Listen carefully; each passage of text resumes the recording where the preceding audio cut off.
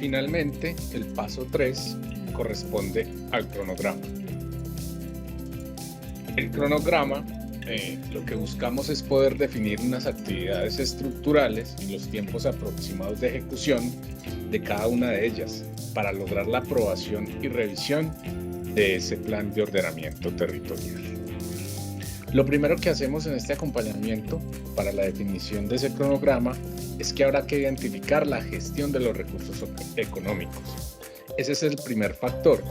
Y en esto la entidad territorial, a partir de tener claro cuánto es el valor de referencia aproximado final de la revisión de su plan, evaluará según las diferentes fuentes de ingresos cómo va a costear ese proceso de revisión o modificación.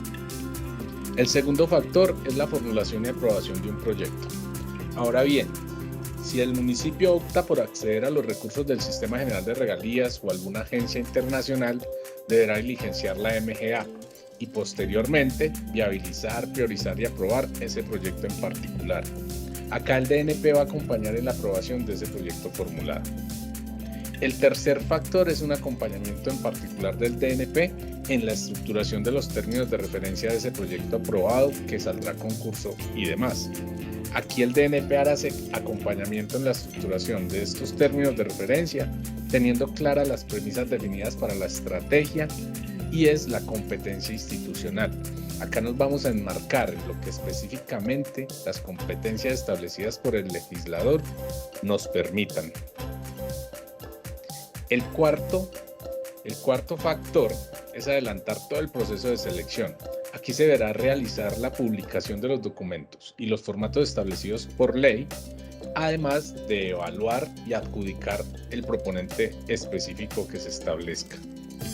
De igual forma, el quinto factor, la contratación directa.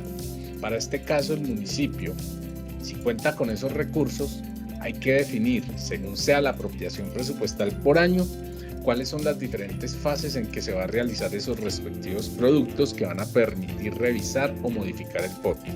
Y aquí el municipio podrá contratar la totalidad de los productos o podrá contratar por fases el desarrollo de cada uno de ellos. Como sexto factor tenemos todo el proceso de revisión o modificación, es decir, todo el desarrollo de la estructuración de los documentos técnicos que se requieren para contar con ese nuevo acuerdo municipal que adopte ese plan de ordenamiento territorial. El séptimo factor es toda la etapa de concertación ambiental, consulta y aprobación del instrumento, es decir, participar en todas las instancias de ley para poder contar con ese nuevo instrumento de ordenamiento territorial. Y el factor número 8 sería la interventoría, finalmente, como todo el acompañamiento por parte de un externo para velar por que ese proceso salga de la mejor forma. En este paso 3, contamos con estas 4 matrices muy puntuales. Hay una primera matriz que son unas líneas de las fuentes de financiación con las cuales ayudarán a la entidad territorial a identificar cuál es la línea por la cual se va a gestionar esos recursos.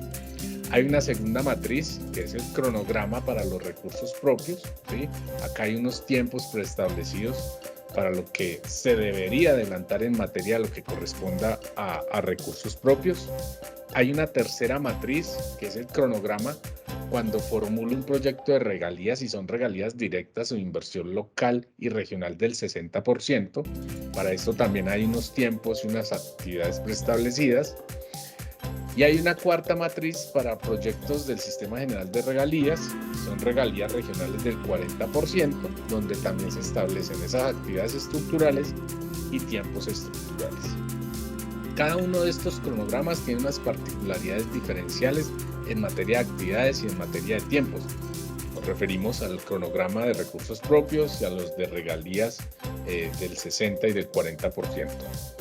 Es importante también tener claro que estos tiempos no son una camisa de fuerza para los municipios.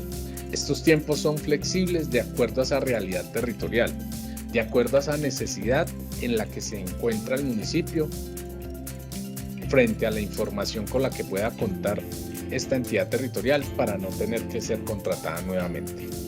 Estos tiempos de estos 3 cronogramas son flexibles en línea y en referencia con la necesidad de cada uno de estos territorios. Finalmente, el desarrollo de estos 3 pasos, pues ya tendría la entidad territorial una ruta muy clara de cómo abordar ese proceso de revisión o modificación de sus planes de ordenamiento territorial.